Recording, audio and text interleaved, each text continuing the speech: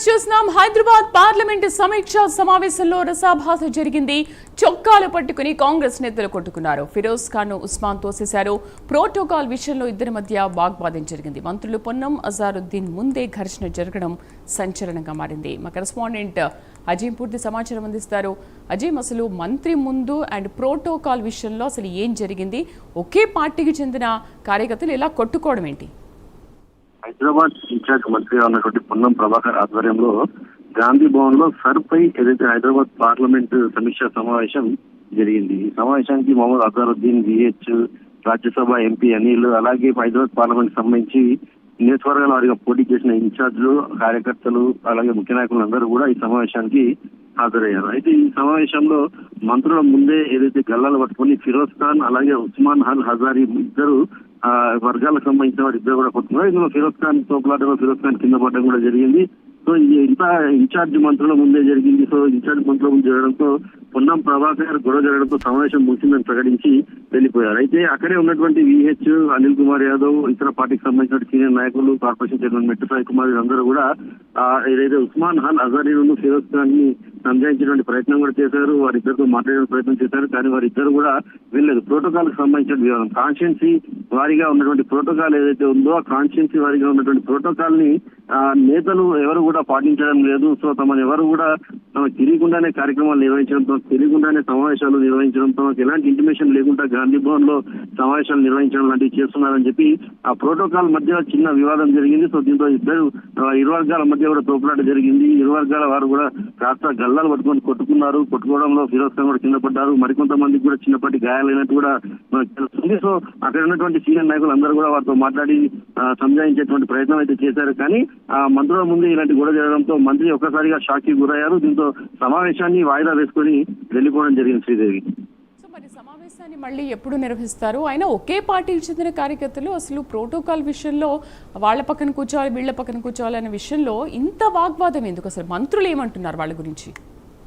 Senior సంబంధించిన నాయకులు కూడా కొంచెం మంది ఇందులో ఉన్నారు. ఏదైతే నాంపల్లి ఫిరోజ్ ఖాన్ మనం చూసినట్లయితే ఫిరోజ్ ఖాన్ వరుసగా 3 సార్లు కూడా ఏదైతే నాంపల్లి నుంచి ఎమ్మెల్యేగా పోటీ చేశారు, అలాగే ఎంపీగా కూడా పోటీ చేశారు, హైదరాబాద్ ఎంపీగా కూడా. సో ఉస్మాన్ అల్ హజారీ కూడా పార్టీలో సీనియర్ నాయకులు. సో వీళ్ళంతా కూడా తమ సీనియారిటీకి తగ్గట్టు పార్టీలో తమకు ఉన్నటువంటి ప్రోటోకాల్ కి వాల్యూ ఇవ్వడం లేదు, తమను ఎవరు కూడా పిలవడం లేదు. వాళ్ళ సమావేశాలు కూడా, మీటింగ్స్ నిర్వహించేటువంటి సమయం కూడా చాలా తక్కువ సమయంలో వ్యవధిలోనే తమకు తెలియజేస్తున్నారు అనేటువంటి ఒక వివాదం. అలాగే సిట్టింగ్ విషయంకి వచ్చినట్టయితే కూడా సిట్టింగ్ విషయంలో కూడా ఎవరు సీనియర్ ఎవరు జూనియర్ అని చూడకుండా ఏదైతే మందుల పక్కకు ఎవరిని పడితే వారిని కూర్చోబెడుతున్నారు అనేటువంటి ఒక చిన్నపాటి డిస్కషన్, చిన్నపాటి డిస్టర్బెన్స్ జరిగింది. సో ఈ మంత్రుల ముందే జరగడంతో మంత్రులు అయితే ఒకేసారి ఆశ్చర్యానికి కూడా గురయ్యారు. ఎందుకంటే హైదరాబాద్ పరిధిలో ఇప్పటికే కాంగ్రెస్ పార్టీ చాలా వీక్ గా ఉన్నటువంటి పరిస్థితి.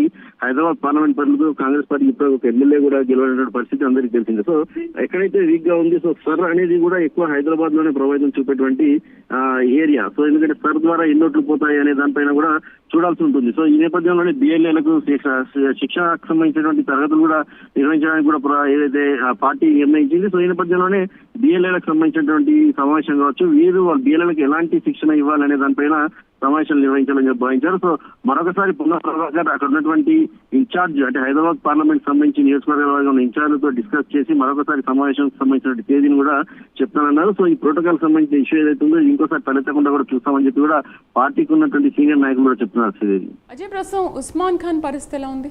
ఫిరోజ్ ఖాన్ తోసేశారు కదా. ఉస్మాన్ ఖాన్ కి అయితే ప్రస్తుతం ఎలాంటి దెబ్బలు కానీ గాయాలు కానీ కింద పడ్డ ఎలాంటి జరగలేదు. కేవలం ఫిరోజ్ ఖాన్ కే ఆ తోపులాటలో ఫిరోజ్ ఖాన్ ఒక్కసారిగా కాలు తాగడంతో కింద పడిపోవడం జరిగింది. సో ఫిరోజ్ ఖాన్ వెంటనే అక్కడ నుంచి తమకు సంబంధించిన అంశాలు పార్టీకి సంబంధించిన నాయకులు అయితే తీసుకొని వెళ్ళిపోయారు. ఎందుకంటే ఫిరోజ్ ఖాన్ కి ఇప్పటికే కొంత హెల్త్ ఇష్యూ ఉంది. తనకు ఒక చిన్న బుల్లెట్ ఆల్రెడీ ఏదైతే తన ఛాతీలో ఉండిపోతుంది కాబట్టి సో ఫిరోజ్ ఖాన్ ఒకేసారి కింద పడడంతో కూడా అందరూ కూడా షాక్ కి గురయ్యారు.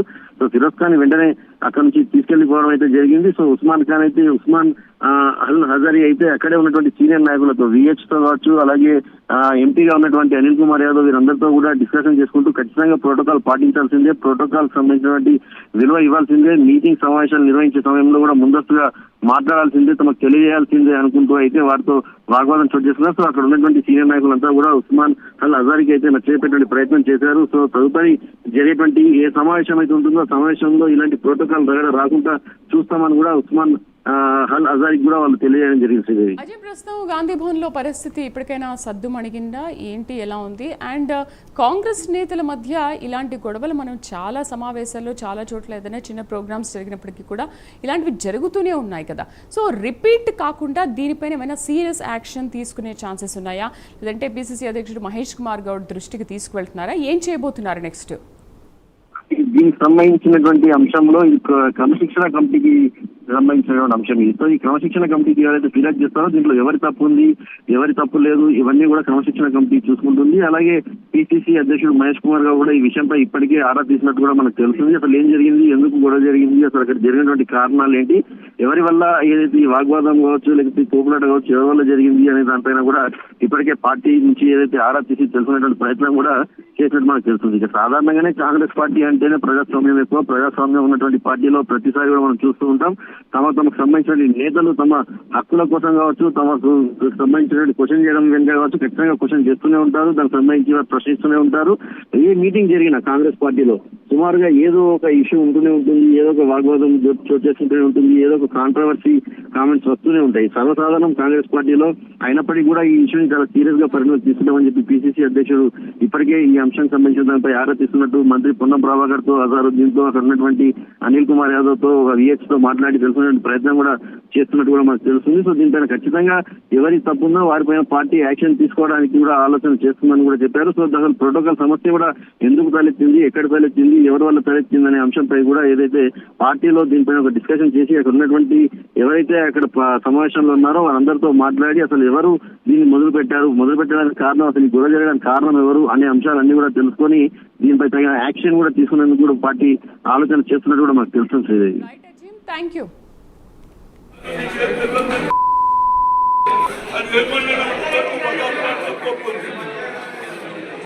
And